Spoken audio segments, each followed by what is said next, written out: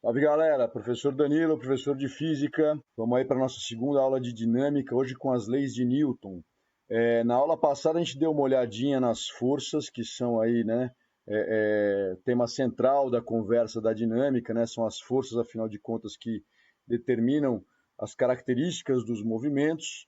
E aí hoje nós vamos entender essa relação mais profundamente aí, né, entendida pelo Newton, sistematizadas pelo Newton de uma maneira bastante coerente pela primeira vez aí na história da humanidade, tá? Revisãozinha rápida, então, estamos estudando os movimentos e as suas causas, né? Por força, eu entendo empurrão, puxão, atração, repulsão, esfregação. As forças são grandezas vetoriais e são medidas em newtons, em homenagem ao cara, afinal de contas, né? Um newton corresponde ao peso de 100 gramas, né? Então, eu disse para você lá na aula passada que você pegasse algum produto que tem 100 gramas de massa, colocasse na tua mão, você ia sentir o que é um newton na sua mão. As forças são resultado de interação entre par de corpos, vamos entender isso aqui já já no próximo slide, né? E os efeitos das forças, né, eram três, dois excludentes, né? Deformação, que nos interessa menos, e os excludentes, a aceleração, que pressupõe, que implica, que é sinônimo de uma variação de velocidade, né? E o equilíbrio, que é sinônimo de uma não variação de velocidade, né? Portanto, claro, são efeitos excludentes aí, né? A primeira lei que nós vamos discutir, moçada, é a terceira, né? Vamos conversar essas leis aí na ordem inversa delas. A terceira lei é a lei da ação e reação, né? A lei da ação e reação diz que se uma pessoa empurra a outra com uma força F, a outra pessoa, a empurrada, também vai empurrar a primeira pessoa, a pessoa que a empurrou, né? E a gente não está muito acostumado a pensar nisso dessa forma, porque, moçada, tem outras forças aí agindo tanto numa pessoa quanto na outra, num caso como esse, né? E aí lembra da aula passada que o importante não é cada forcinha em si, mas é a resultante das forças que agem em cada corpo, né? Como tem várias, fica confuso aí, né? É muito fácil de ver que as duas pessoas estão sendo empurradas se você colocar as duas sobre skates, né? Quando aconteceu o fenômeno aqui, as duas pessoas vão acelerar. E aí a aceleração é efeito de força, né? Quer dizer, está mostrado, está demonstrado aí que ambas sofrem sim a ação da força. Quando você empurra a parede, cara, que é coisa mais estática que uma parede, a parede te empurra de volta. Tanto é que se você tiver sobre skates, é você que vai para trás, né? A parede fica quietinha ali e você vai para trás. Quem é que te empurrou? A parede, tá? Formalizando aí, né, a terceira lei, se um corpo A empurra um corpo B, B vai empurrar o corpo A com uma força de mesma intensidade, mesma direção, sentido oposto e mesmo nome, né? Se A puxa B, B puxa A com a mesma intensidade, mesma direção, sentido oposto e mesmo nome. Se a troca de força for uma repulsão, um repele o outro repele o um, né? Se A atrai B, B atrai A. E se A esfrega B, B esfregará A, tá? A importância de dizer lá embaixo, né, moçada, mesmo nome, é porque a gente tem essa mania de confundir peso e normal como se fosse um par, ação e reação. Não são, inclusive porque não tem o mesmo nome, né? Repara, moçada, assim, fazendo separação dos corpos aqui, né? Quem é que puxa o corpo para baixo com essa força-peso, hein? Qual é o outro corpo que puxa a bolinha para baixo com a força-peso? É a Terra. E aí, de acordo com a lei da ação e reação, né? Se a Terra puxa a bolinha vai puxar a Terra, né? No meio do caminho tem a mesa, né, moçada? A normal que a bolinha recebe é a mesa que aplica nela, né? E aí, se a mesa empurra a bolinha para cima, bolinha empurrará a mesa para baixo com uma normal. Ação e reação são forças de sentido oposto e mesmo nome, tá certo? Eu sei, né, moçada, que é difícil a gente se convencer da ação e reação, né, da lei da ação e reação, é muito contraintuitivo, então preparei uma experiência, dá uma olhada lá, ó. Bom, pessoal, nós vamos agora fazer uma experiência que vai exigir de você que relacione duas ideias muito importantes da dinâmica. A primeira é que a aceleração é um dos efeitos das forças. Se está havendo variação do vetor velocidade de um corpo, é porque esse corpo está sob ação de forças. A segunda ideia é a ideia da ação e reação, que na verdade é o motivo dessa experiência, né? Essa experiência vai ser feita para te convencer que a ação e reação é verdade, né? Vou para isso usar um carrinho de fricção. O carrinho de fricção, moçada, para quem não conhece, é um carrinho que a gente puxa para trás, ele tem lá dentro um sisteminha que acumula energia mecânica, umas molinhas, um sisteminha mecânico que acumula energia e quando a gente solta, o carrinho acelera para frente. Acelera, sinal que está sob ação de forças. Que força é essa? Essa força é o atrito entre o pneu e o solo. Como assim, professor? Quando a gente puxa o carrinho e solta, o sistema de mola, o sistema mecânico dentro dele vai fazer com que a roda gire neste sentido aqui. A roda girando neste sentido vai empurrar o chão para trás, de modo que o chão vai empurrar o carrinho para frente e por isso ele acelera. Aí o truco, né? A coisa do aluno assim, não, mas peraí, tudo bem, o carrinho eu vi acelerar. E o chão? O chão eu não vi.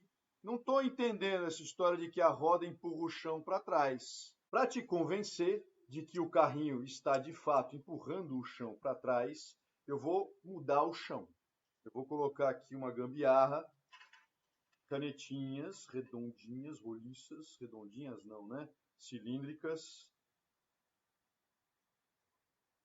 E uma plataforma de isopor. Muito bem, vou fazer a mesma coisa. Vou puxar o carrinho para trás. Ele está com a energia acumuladinha aqui, só que agora, em vez de soltar ele no chão, eu vou soltar ele em cima do isopor. Olha o que acontece.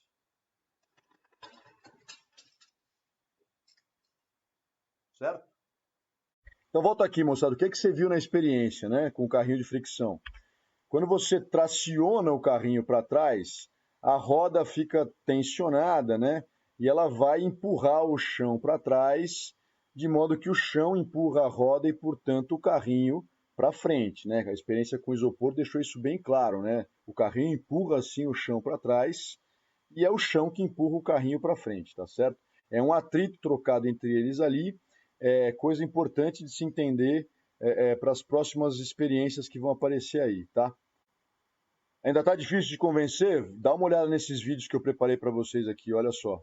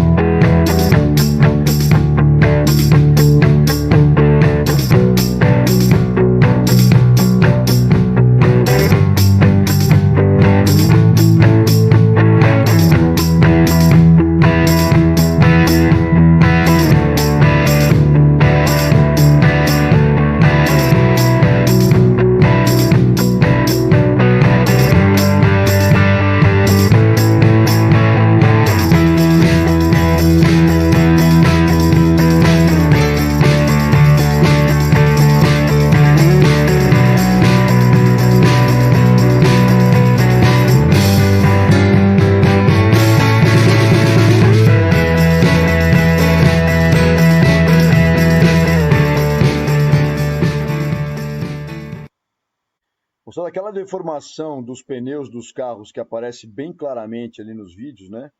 É causada, é promovida, né? É efeito dessa troca de atrito aí entre pneu e chão, né? A ideia é roda girando, empurra o chão para trás, de modo que o chão empurra a roda para frente, por isso que ela deforma daquele jeito lá. Ainda está difícil de convencer? Com esse vídeo aqui não vai sobrar muita dúvida, dá uma olhada.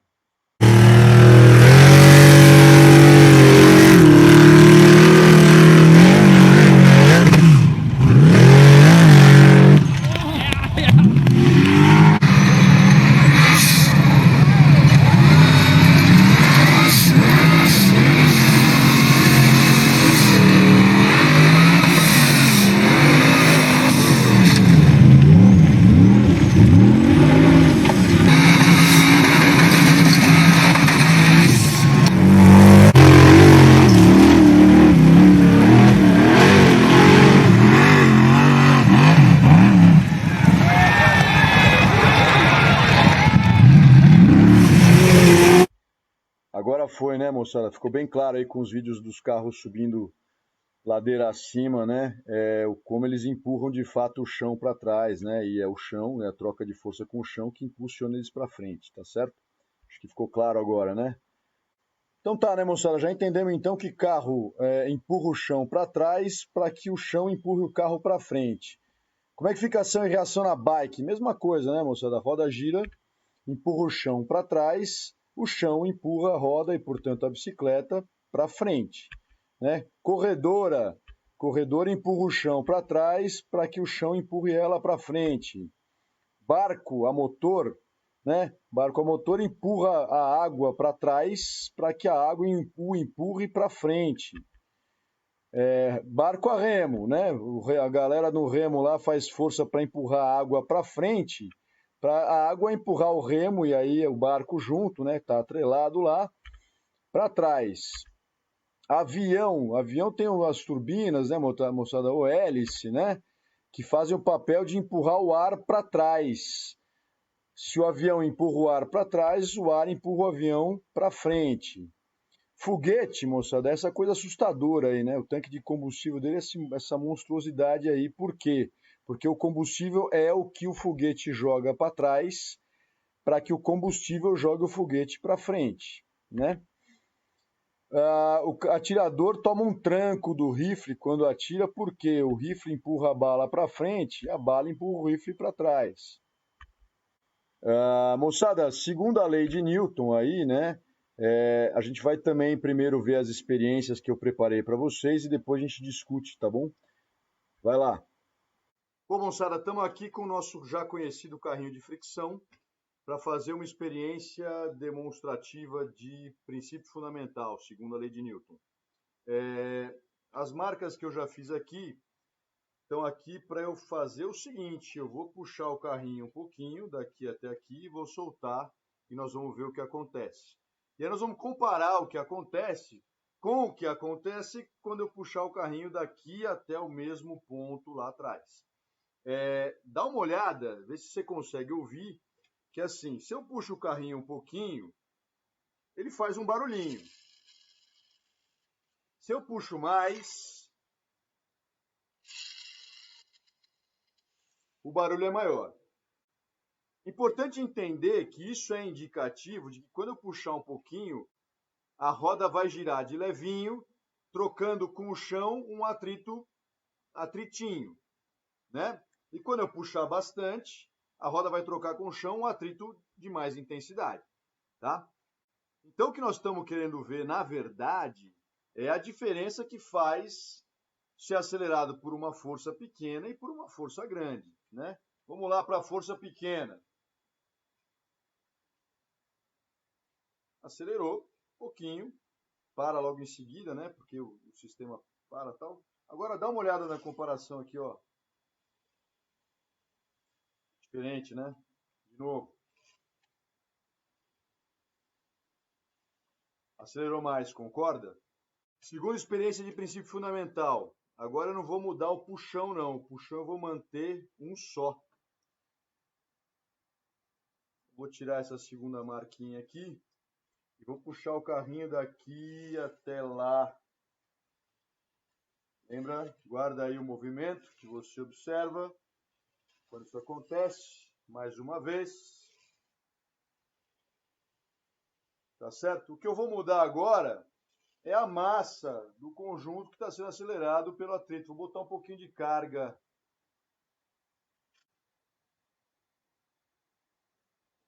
Olha a diferença que fez. De novo. Ó.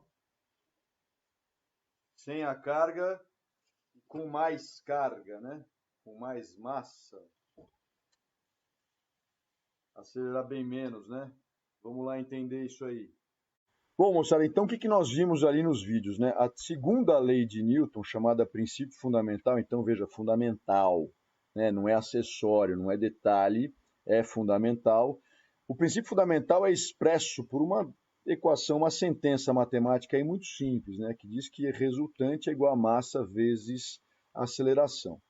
As experiências são demonstrativas dessa expressão. Eu preciso que a gente tente ler agora as relações que essa expressão anuncia para nós, né? Fazer uma leitura interpretativa mesmo desse R igual a MA. Quando eu traciono o carrinho para trás, a gente já entendeu, né, que a roda vai trocar com o chão um atrito. Roda empurra chão para trás, então o chão empurra a roda para frente. Tem outras forças agindo sobre o carrinho, tem peso normal que estão se anulando, então sim, o atrito vai ser a resultante. Quando eu solto o carrinho, ele acelera, né? Aí, moçada, eu fiz, né, dois puxões diferentes, né? Puxei o carrinho um pouquinho e puxei muito, né? Quando eu puxava o carrinho um pouquinho, o atritinho, né, atritozinho. Quando eu puxava o carro muitão, atritão, né? Se o atrito em cima é menor que o atrito embaixo, a resultante em cima é o atrito, né? Vai ser menor que a resultante embaixo. E aí, né, a gente via a diferença das duas experiências, né, moçada? Do carro que foi o mesmo carro puxado mais, e por isso submetido a uma resultante maior, acelerava mais, né? A aceleração do segundo carro era maior do que a aceleração do primeiro carro. Agora, olha para a equação lá do princípio fundamental R igual a MA, né? Eu promovi uma resultante maior quando eu puxei mais o carro. E a resultante maior quer dizer, o lado esquerdo da equação aumentando, eu preciso de alguma forma que o lado direito também aumente para a equação continuar verdadeira, né? Para a igualdade continuar verdadeira. E o que a gente consegue com ter feito é um aumento da aceleração, né? A segunda experiência, moçada, era assim, né? Puxei o carrinho do mesmo tanto, mais de uma vez, só que uma das vezes o atrito, né, que é a resultante, tanto num caso quanto no outro, é o mesmo, mas aí numa das vezes eu adicionei carga ao carrinho. E o que eu observei quando aumentou a carga, quando aumentou a massa do conjunto, é que a aceleração deu uma diminuída. Repara que a equação do princípio fundamental de Newton também anunciava isso, né, moçada? Dado que eu não mexi na resultante, não mexi do lado esquerdo da equação, o lado direito tem que continuar dando o mesmo resultado, né? A multiplicação m vezes a tem que continuar dando o mesmo resultado. Quando eu aumentei a massa, obrigatoriamente a aceleração ficou menor, tá certo? Repara de novo, então, que a equação do princípio fundamental, ou princípio fundamental, previa isso que aconteceu aí, que a gente viu nas experiências, tá ok? Resumindo, sistematizando, né, moçada? R igual a MA. Na primeira experiência, quando aumentava a resultante, aumentava a aceleração. Se diminuía a resultante, vai haver uma diminuição da aceleração, né? Por outro lado, se eu mantenho a resultante, mas aumento a massa do corpo, a aceleração que o corpo vai apresentar vai ser menor. Se a massa do corpo é diminuída, a aceleração que ele vai apresentar vai ser maior. Tá? Repara que tudo isso está escrito no R igual a MA. É questão de olhar e entender e fazer né, o raciocínio lógico, algébrico, aí, sei lá, pense como quiser. Tá? Mas é isso. Tudo está anunciado ali pela segunda lei de Newton. Certo? Bom, moçada, se R igual a MA, quando a resultante for zero, a aceleração também será zero, né? Bom, isso quer dizer o quê? Isso quer dizer que um corpo que está em repouso tende a continuar em repouso. Essa é a parte fácil, né, da conversa, né? Um corpo que está em repouso vai tender a continuar paradinho, quietinho lá no canto dele. O que é um pouco mais difícil, porque contraintuitivo, moçada, é pensar o que vai acontecer com o corpo em movimento, que está submetido a uma resultante igual a zero. A aceleração C0, moçada, pressupõe, entenda a aceleração igual a zero como não vai haver variação da velocidade. E aí, se o corpo está em movimento, ele tem velocidade, e essa velocidade não vai variar, vai continuar igual indefinidamente, esse corpo vai continuar em movimento retilíneo uniforme. Calma, é contraintuitivo, eu vou te convencer ao longo dessa aula aqui. Fica tranquilo, olha só. Quem sacou isso aqui primeiro não foi nem o Newton, não, tá? Quem sacou isso aqui primeiro foi o Galileu Galilei, né? Antes do Newton ali, ele pensou a seguinte experiência, moçada. Ele imaginou assim um half pipe aí, né? Tipo uma pista de treino de skate, liso, absolutamente liso. Mármore era um material que eles tinham ali à disposição, né? para conseguir essa lisura toda aí, quer dizer, atrito zero, tá certo? E aí também uma bolinha extremamente lisa que ele colocava ali numa das extremidades do half pipe. Moçada, a pergunta que ele se faz é a seguinte, né? Bom, se eu abandonar esse corpo desta altura, ele vai descer ganhando velocidade e vai subir perdendo velocidade. Beleza, até aí todos concordamos. Aonde ele para? Ele vai parar do outro lado à mesma altura, né? E vai ficar assim, oscilando assim, né, moçada, indefinidamente. Não tem atrito, né? Não tem perda de energia aí no meio do caminho. Vai ficar oscilando para lá e para cá até sempre, até alguém fazer ele parar, alguém tirar ele dali. Moçada, aí o Galileu pensou o seguinte: bom, então vou alongar agora o Ralph, né? Vou deixar a parte horizontal ali, lá embaixo, maior. Do mesmo jeito que a experiência anterior, né? O corpinho ficava indo e vindo, parava e voltava para a mesma altura. O que vai acontecer agora com esse caso, né? Dado, e lembre-se, não tem atrito. Não havendo atrito, a experiência tem o mesmo resultado, né? O corpo vai ficar oscilando de um lado para o outro indefinidamente aí até alguém alterar as condições do experimento, tá? A grande sacada do Galileu não foi nenhuma nem outra, foi essa aqui, ó.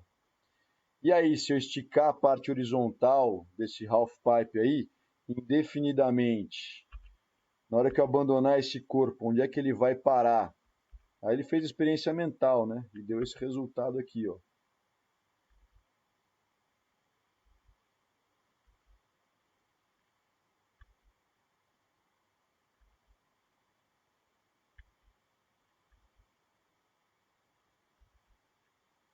Meu Deus, vai longe o bichinho, hein?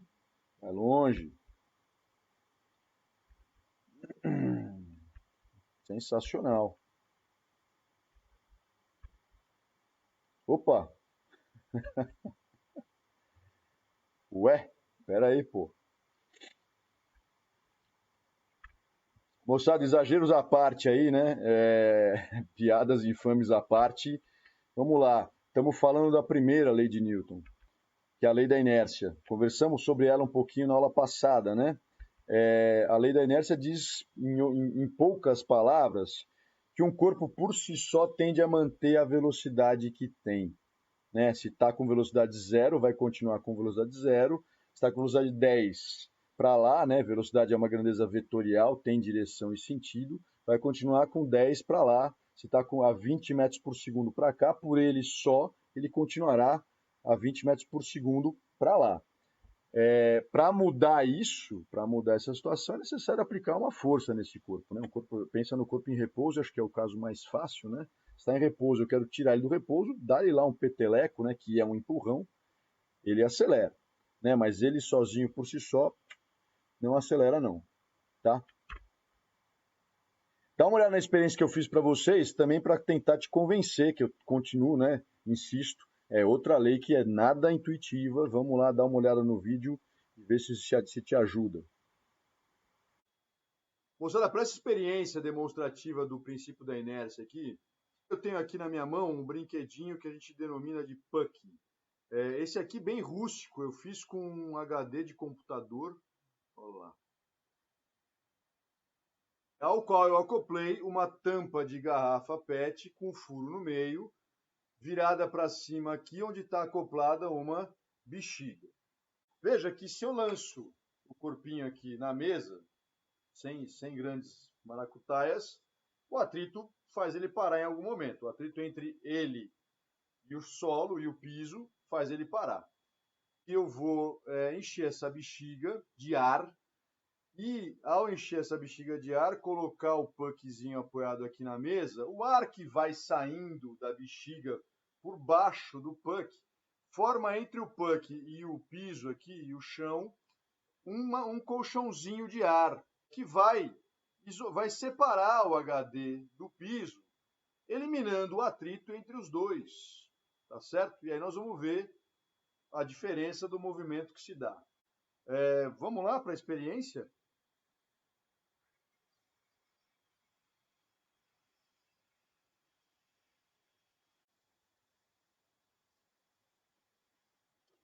Olha só. Onde para? Não para só quando eu seguro ele. Quando acaba a mesa, né?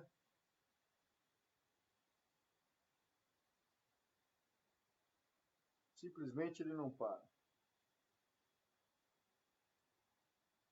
Corpos em movimento tendem a continuar em movimento retilíneo uniforme.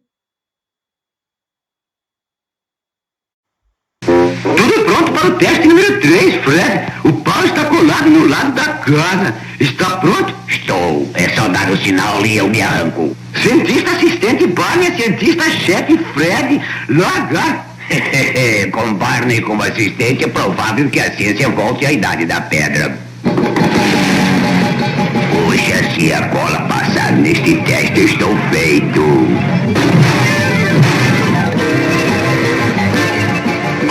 Estou indo, não paro. Signifie casse mécanique. La suite est impressionnante.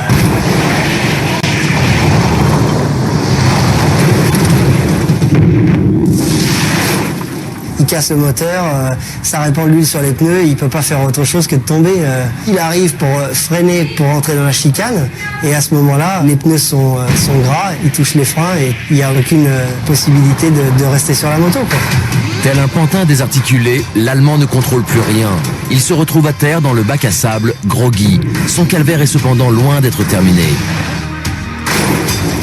La chose la plus incroyable, c'est je pense que ce jour-là, il a pu brûler un cierge parce que ça aurait pu être dramatique. Parce que la moto, elle arrive à une vitesse très très élevée et il valait mieux qu'elle passe au-dessus qu'en plein dans le champ, quoi.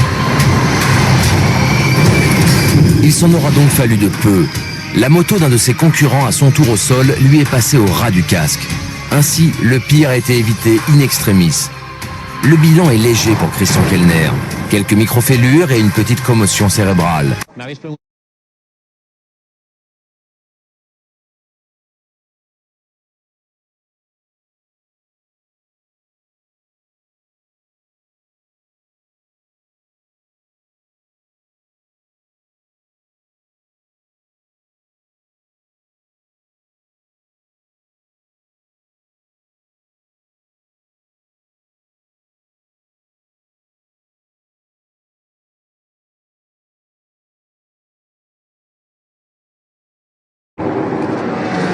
He's all over you here, just you and him. Carl Edwards restarted 8th. If that 09 can stay hooked to the back of that 99, it's going to be hard to get him. It's going to be close right here at the line. Can Keselowski try to win it? I don't know. I don't think he can step out until he waits till the last second and picks up. He goes to the outside. Is Edwards going? Oh, no! He turns him. No, no. Oh, and that destroyed the front end of Newman's car. No. Edwards will not make it to the flag. Oh, Brad Keselowski won this race. Unbelievable. Carl Edwards' car destroyed, and Junior's protege. Carl did what he wanted to do. He stayed at the back all day long. He played it smart. Had this race possibly won. Not now. Então vamos lá, moçada. Enem. Para entender os movimentos dos corpos, Galileu discutiu o movimento de uma esfera de metal em dois planos inclinados sem atrito e com a possibilidade de se alterarem os ângulos de inclinação conforme mostra a figura. Na descrição do experimento, quando a esfera de metal é abandonada para descer um plano inclinado de um determinado nível, ela sempre atinge no plano ascendente, no máximo, um nível igual àquele em que foi abandonada. Se o ângulo de inclinação do plano de subida for reduzido a zero, moçada, ângulo de subida reduzido a zero é ângulo nenhum, né? É o plano mantido na horizontal, igualzinho acabamos de conversar aqui, né? O que vai acontecer? Alternativa A, vai manter sua velocidade constante? Vai, pois o impulso resultante sobre ela será nulo. Parece que é por aí. Vamos ver as outras alternativas, ver se não aparece nenhuma melhor que essa aí. Manterá sua velocidade constante, pois o impulso da descida continuará a empurrá-la. Bobagem, né, moçada? Lá embaixo, peso equilibrado com o normal, resultante zero, não tem nada de impulso empurrando ninguém ali no plano horizontal, não. C, a velocidade diminuirá gradativamente sua velocidade? Não, vai manter movimento uniforme. Diminuirá gradativamente a velocidade? Não. Aumentará? Também não, né?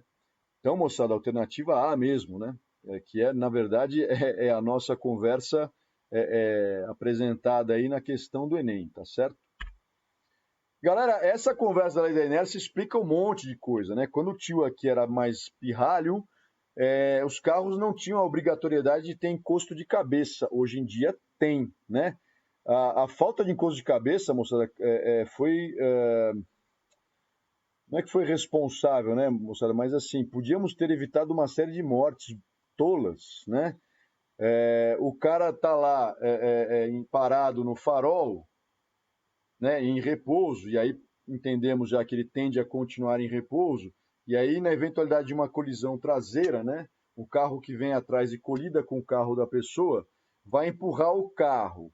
O banco está solidário ao carro, né? O banco também vai ser empurrado junto com o carro. O corpo da pessoa está apoiado pelo banco, vai ser empurrado pelo banco. A cabeça da pessoa, se não tiver encosto de cabeça, não tem ninguém que a empurre.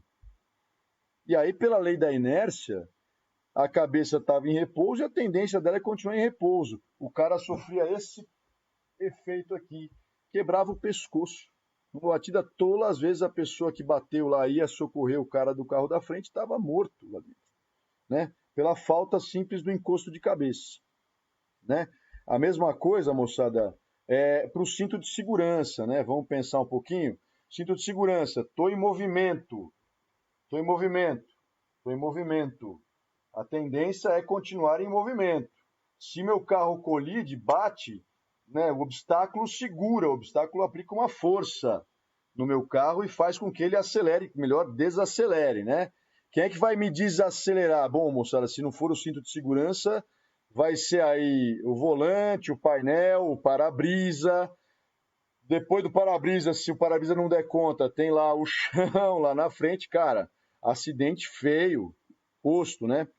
Não posso publicar aqui, mas tem uma cena de um filme do X-Men 1, eu acho, que o Wolverine está dirigindo lá, com a vampira do lado, né? E aí cai uma árvore, o carro deles bate e o Wolverine é lançado pela janela fora, vale dar uma olhada nela lá, tá? Bom, essa lei da inércia também se explica, né, galera? Quando você está lá no banheiro, desculpa a chuleza, mas assim, né? É física aplicada, né? Você está lá no banheiro com uma mão só, outra mão está ocupada, sei lá, está com o celular, sei lá o quê, muito comum hoje em dia, e você quer puxar e rasgar, né, o papel higiênico. Então você puxa até onde você quer, aí você dá um tranco, né? Você puxa rápido o papel higiênico para ver se ele rasga ali, né? É mais fácil rasgar quando o papel higiênico está cheião, né? Quando o papel higiênico está lá no finzinho, é muito difícil você conseguir que o papel rasgue sem que ele gire, né? Aí umas imagens, né, absurdas pra caramba, vamos combinar. Olha lá, questão de vestibular também. O personagem Cebolinha na tirinha abaixo vale-se de uma lei da física para executar tal proeza que acaba causando o acidente. A experiência que ele fez ali, para quem não conseguiu entender pelo desenho, né, ele está puxando a toalha de uma mesa que tinha um monte de coisa em cima da toalha, né? Quando o cara puxa muito rápido, o atrito não é suficiente para trazer as coisas, né? É muito pouco tempo para acelerar as coisas, né? E aí as coisas ficam em repouso, porque é uma tendência delas de ficar em repouso, né? Sem o atrito para tirar elas do repouso, elas não vão sair do repouso, né? Essa propriedade é a primeira lei de Newton, que é a lei da inércia. Tranquilo, moçada?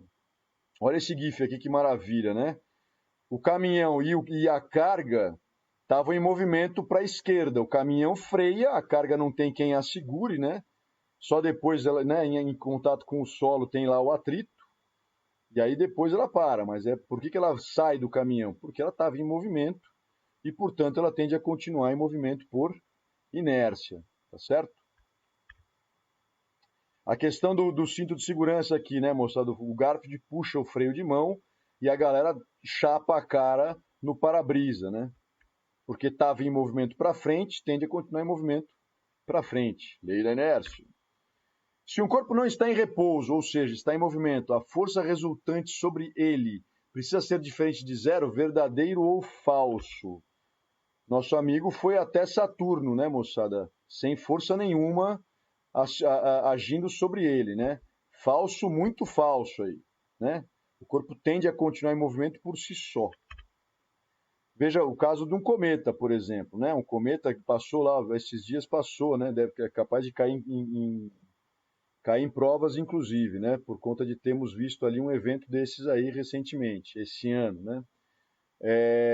Não tem nenhum outro corpo, né, moçada, aplicando força no cometa. O cometa continua em movimento por essa propriedade intrínseca ao corpo, da inércia, que é, estando em movimento, ele vai continuar em movimento, né?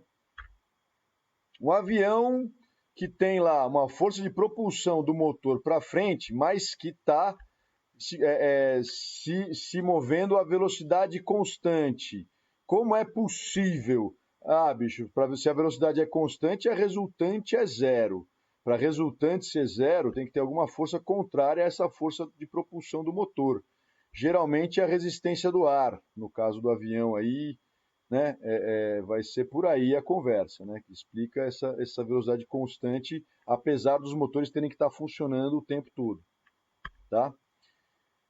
Qual é a aceleração de um carro de Fórmula 1 que passe por você a uma velocidade constante de 350 km por hora? Moçada, aceleração é sinônimo de variação de velocidade, né? Implica, né, que está havendo, se tem aceleração, está havendo variação de velocidade. Se a velocidade é constante, cara, você tem que acender a luzinha na tua cabeça. A aceleração é zero, a resultante é zero, tá? Se a velocidade é constante, a aceleração é 0 metros por segundo ao quadrado, tá certo? Olá, moçada, um quadrinho da Laerte aí, né? O cara precisa que o carro saia do repouso, mas deve estar sem combustível, o carro deve estar quebrado, sei lá, né? E aí no terceiro quadrinho, então, você vê lá o carro, né? Se a gente for procurar as forças agindo sobre ele, tem peso e normal, se anulam, resultante zero, aceleração zero. Dizer isso é dizer o seguinte, né? A velocidade é zero e a variação é zero, o carro permanece em equilíbrio estático. Em repouso está, em repouso permanecerá, né? No quarto quadrinho, a moça aplica uma força, né, no carro, e o carro aí sim sai do repouso, né? Aí temos uma situação onde a resultante deixa de ser zero e, portanto, a aceleração também deixa de ser zero e, portanto, vai haver variação de velocidade, tá? Bom, moçada, então, né, sistematizando aí as três leis do Newton, né, a primeira lei, que é a lei da inércia, diz que um corpo tende a manter a velocidade que tem. Já conversamos sobre isso. Em outras palavras, um corpo não acelera sozinho. Para o corpo acelerar, precisa receber a ação de uma força. E força, moçada, é resultado de interação entre par de corpos.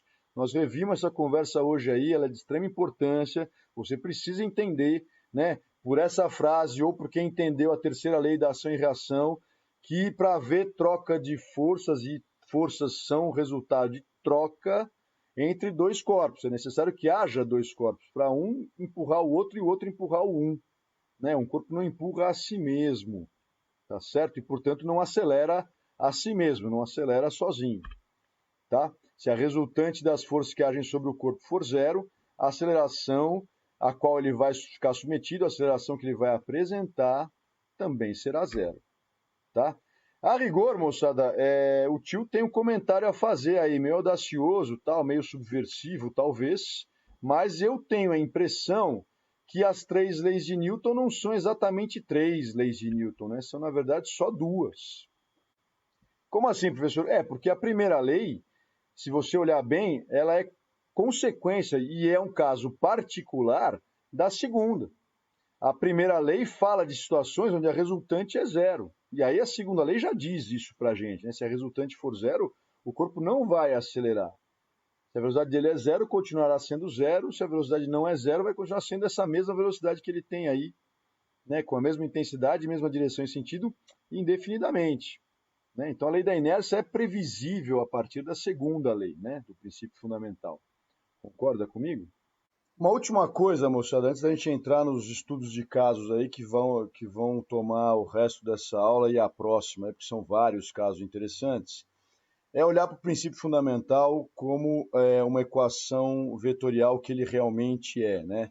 Dá uma olhadinha lá, a gente tem a versão, vamos dizer assim, né, escalar, a gente fala só dos valores de resultante, massa e aceleração, mas a rigor, né, resultante e aceleração são grandezas vetoriais. E aí, quando a gente coloca, né, escreve o princípio fundamental com as flechinhas lá em cima, né, ou seja, a gente está falando além dos valores da direção e do sentido, tanto de resultante quanto de aceleração, essa equação traz uma informação muito, muito, muito importante, né? Dado que massa é um número sempre positivo, pegar o vetor aceleração e multiplicar por um valor positivo vai dar o vetor resultante. Está implícito nessa conversa que o corpo vai acelerar na mesma direção e sentido da resultante, né? Que a resultante imprime uma aceleração na mesma direção e sentido dela, né? Resultante. E aí, moçada, isso tem essas implicações várias aí, né? Vamos olhar para a equação do princípio fundamental na sua versão vetorial, entendendo algumas consequências. Dá uma olhada nesse exercício da UEL aqui, por exemplo. Diz o seguinte: o observador vê um pêndulo preso ao teto de um vagão e deslocado da vertical, como mostra a figura a seguir. Galera, imaginando, né, a situação aí meio estática, né, uma situação que permanece assim, né? E o cara vai dizer assim, olha, sabendo que o vagão se desloca em trajetória retilínea, e aí suponho horizontal, né? Vai estar indo de A para B ou de B para A, com velocidade constante, velocidade diminuindo, velocidade aumentando.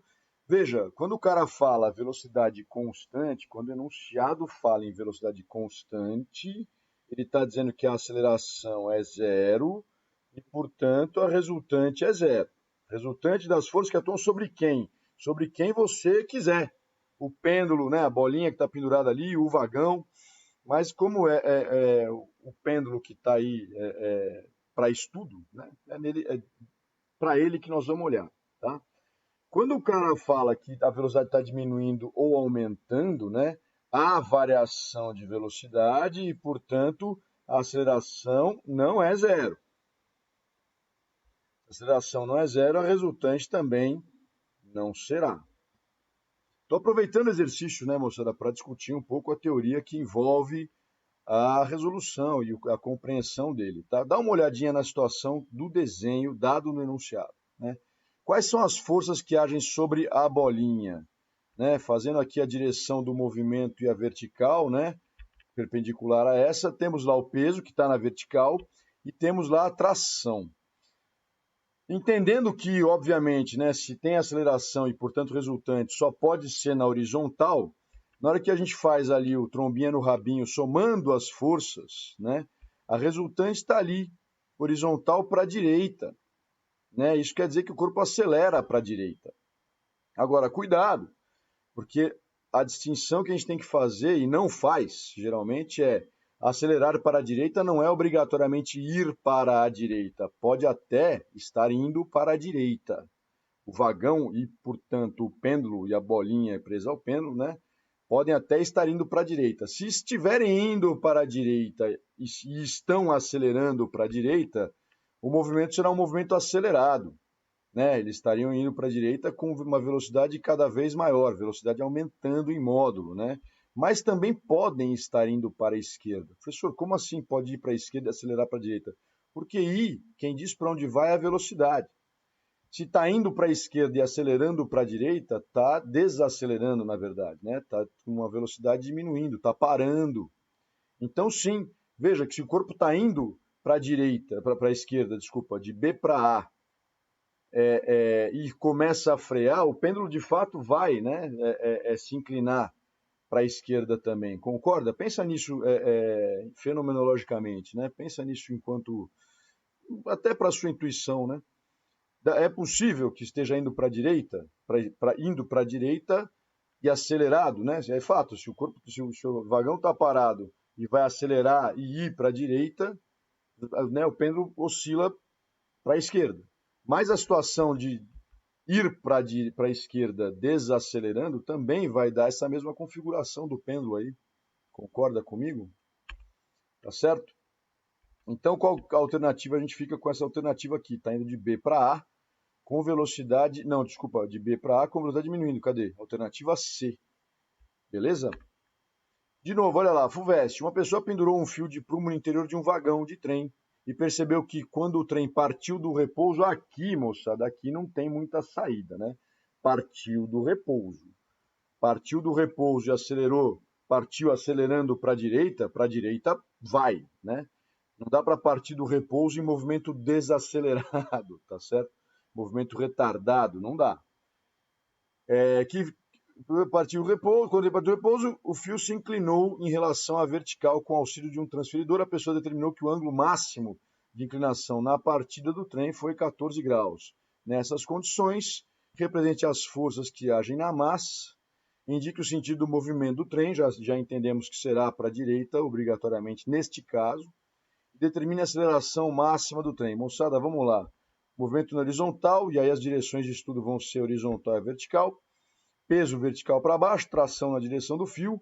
Peso somado com tração está dando uma resultante para a direita. E aí, se você olhar para o triângulo das forças, moçada, coisa que a gente não precisou fazer no exercício anterior, então, né, vamos aproveitar isso para aprender novas coisas. Você repara o seguinte, olha só, aquele ângulo θ que foi enunciado na discussão, né, no texto, que vale 14 graus, também aparece no triângulo das forças. E aí o texto dá tangente de 14 graus. Moçada, tangente é cateto oposto sobre cateto adjacente, né? No nosso caso é resultante sobre o peso. A tangente nesse caso é o ângulo é 14 graus. É igual a resultante sobre o peso, né? A resultante é 1/4 do peso, pronto, né? Resultante é 1/4 do peso, se a resultante é 1/4 do peso, a aceleração será 1/4 de g. Né? Resultante, vamos lá, segue aqui, ó, para você entender, m sobre a vezes a é igual a m sobre m vezes g, corta, corta. A aceleração sobre g é 0,25, né? Tangente de 14 está dito lá 0,25. 0,25 vezes g é igual a aceleração vai ser igual a 2,5 metros por segundo ao quadrado. Tranquilo, né? Moçada, outra coisa que aparece de vez em quando em exercícios e que deve deixar vocês malucos, né? E me incomoda um pouco também, essa história do cara aí com uma balança para um elevador. Nunca vi isso na minha vida, né? Vi sim com alunos que eu levei para o Hopi Hari, quando tinha lá a Torre Eiffel. Lá o cara levou uma balancinha para ver a medição da balancinha conforme a queda livre se estabelecia lá, né? Hoje o brinquedo está fechado, teve um acidente lá trágico né? Fecharam o brinquedo, mas enfim, né? A ideia qual é? Vamos entender o motivo, né, dos físicos bolarem situações desse tipo aí. Separa os corpos, moçada, e entenda o seguinte, ó, olhando para o carinha e não para a balança propriamente dita, o carinha está submetido a duas forças, peso e normal. Quem aplica o peso nele é o planeta, né? Se o planeta puxa o carinha puxa o planeta. A normal é que é a força trocada entre o carinha e a balança. E aí, se a balança empurra o carinha empurra a balança não marca o peso, a balança marca a normal. Seria um exagero de rigor você dizer que você vai à farmácia se normalar, mas conceitualmente é mais correto do que dizer que vai se pesar. Tudo bem, né? Porque você quer saber o seu peso, e o peso é igual ao normal, tá tudo certo. É igual ao normal na farmácia. No elevador, se o elevador, por exemplo, for posto para acelerar para cima, por exemplo, né, olhando para o carinha, para que ele acelere para cima e, portanto, tenha uma resultante de forças agindo sobre ele para cima, é necessário haver um aumento da normal, né? E aí, se há um aumento da normal e a balança marca normal, vai haver um aumento na indicação da balança. Concorda? Se ao contrário, né, o elevador é posto para acelerar para baixo, aumenta o peso? Não, o peso é mg, o peso não vai variar. É necessário que haja uma diminuição da normal. Quando o sistema está acelerando para baixo, a normal fica menor que o peso. E a indicação da balança vai ficar menor do que o peso, né? Se a aceleração for 10 metros por segundo ao quadrado para baixo, a resultante será igual ao peso e a indicação da balança vai ser zero, né? Numa aceleração igual à da gravidade, que é da livre, né, moçada? A situação é meio essa aqui, né? Todo mundo caindo juntinho, sem compressão entre o pé do cara e a balança, né? E nem da balança contra o piso do elevador. Tudo bem? Vamos lá, mais um caso particular aqui. Blocos, blocos e mais blocos, né? Bloquinho empurrando bloco, bloquinho empurrando bloco, que empurra outro bloco, empurra outro bloco. Vamos lá, dar uma olhada em dois casos aqui. Um bloco A de massa igual a 3 kg é colocado sobre um bloco B de massa igual a 6, que por sua vez é colocado sobre um bloco C de massa 9 kg, apoiado sobre uma superfície horizontal, como mostrado na figura a seguir. Todo mundo em repouso, quer dizer, né, moçada? Primeiro exercício aqui, mais simplesinho para a gente aprender como é que trabalha uma situação dessa. Como é que trabalha, professor? Diagrama do corpo isolado, moçada. Você vai separar os blocos um do outro e vai trabalhar com eles em separado, não se esquecendo que eles estão juntos, né? Trocando forças de contato, portanto, tá? Olha só, o que eu fiz aqui? Separei os blocos, esquece um pouco, não estou preocupado com o chão também, tirei ele de lá. O corpo A tem peso 30 newtons, o corpo B tem peso 60, o corpo C tem peso 90. Tudo isso está no enunciado. Achadas as forças de campo, vamos para as forças de contato. O corpo A está em contato com o corpo B e está em equilíbrio, né? Só tem essa normal que B aplica nele, está em equilíbrio, então essa normal é igual ao peso dele, corpo A, 30 newtons, portanto. Olhando para o corpo B, é mais complicado, porque o corpo B está em contato com o corpo A e com o corpo C. Tem dois contatos, então vai ter duas forças de contato. Uma a gente já conhece, né, moçada? É a reação da normal que B aplica em A. Se B empurrar A para cima com 30 newtons, A vai empurrar B para baixo com 30 newtons. E aí o corpo C aplica uma normal em B que vai equilibrá-lo, vai equilibrar essas duas forças aí que somadas dão 90 newtons. Portanto, a normal que C aplica em B tem que valer 90 newtons. E aí você vai olhar para C, né? C empurra B para cima com uma força de 90 newtons, então B empurra C, ação e reação, com uma força que vai ser para baixo, valendo 90 newtons. O apoio vai aplicar em B, o chão, né, vai aplicar em B uma força que equilibra esses 180 newtons somados aí, né, do peso mais a normal de B em C. O chão tem que equilibrar tudo isso, então a normal que o chão aplica em C vai valer 180 newtons. A pergunta do exercício era: sabendo que o sistema permanece em repouso, calcule a intensidade da força que o bloco C aplica sobre o bloco B. A força que o bloco C aplica em B é esta daqui, 90 newtons, portanto, alternativa D de dado. Tranquilo? Vamos para uma situação onde os blocos aceleram. Uma pessoa empurra um conjunto formado por dois blocos A e B, de massas 4 kg e 6 kg, respectivamente, aplicando uma força de intensidade 40 newtons sobre o primeiro. Desprezando os atritos entre os blocos e o chão, determine a intensidade da aceleração do conjunto, a intensidade da força aplicada pelo corpo B no corpo A. Moçada, aqui assim, duas formas de resolver o problema, uma que é mais simples, mas também mais limitada, então eu vou optar pela segunda. Mas rapidamente te conto a primeira. A ideia da primeira é a seguinte: pensa que é tudo uma coisa só. A e B não são dois corpos, são um corpo só de massa 10 kg. Conforme o carinha empurra esse sistema de 10 kg, de massa 10, uma força de 40 newtons, eu descubro que, né, resultante, aplicando, né, resultante igual a massa vezes aceleração, a resultante é 40, a massa é 10 vezes A aceleração do sistema vai ser 4 metros por segundo ao quadrado. Beleza, já descobri a aceleração. Qual é o problema dessa resolução, que é simplérrima, né?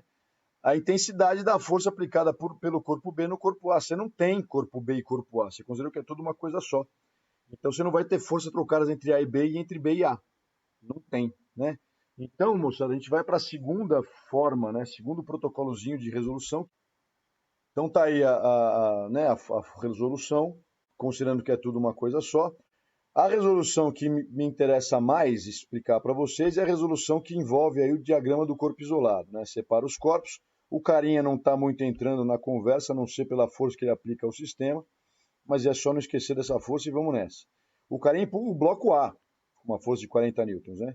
E quem empurra B é o corpo A, né? A empurra B, então B empurra A, ação e reação, essas duas forças são iguais, né?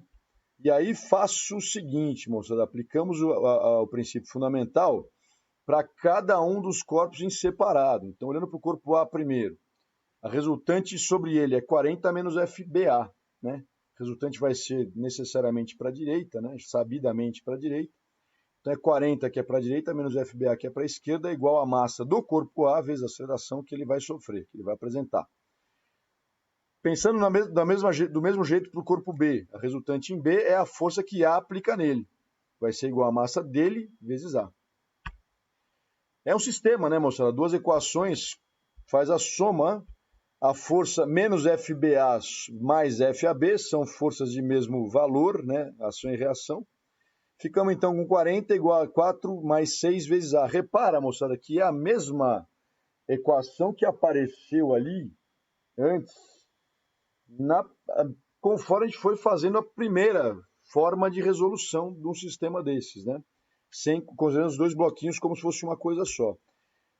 Achei a mesma aceleração que eu já tinha achado. Qual é a vantagem desse método, então, professor? É isso, né? Eu queria saber quanto vale FBA ou FAB, tanto faz. E agora eu tenho equações que me permitem, ao substituir o valor da aceleração nelas, achar o valor dessa força trocada entre A e B, né? Então, a força, olhando para a equação do corpo B ali, a força que A aplica em B é igual a 6 vezes A. Agora que eu sei que A vale 4 metros por segundo ao quadrado. 6 vezes 4, 24 newtons, né? E aí a força trocada entre A e B vale 24 newtons.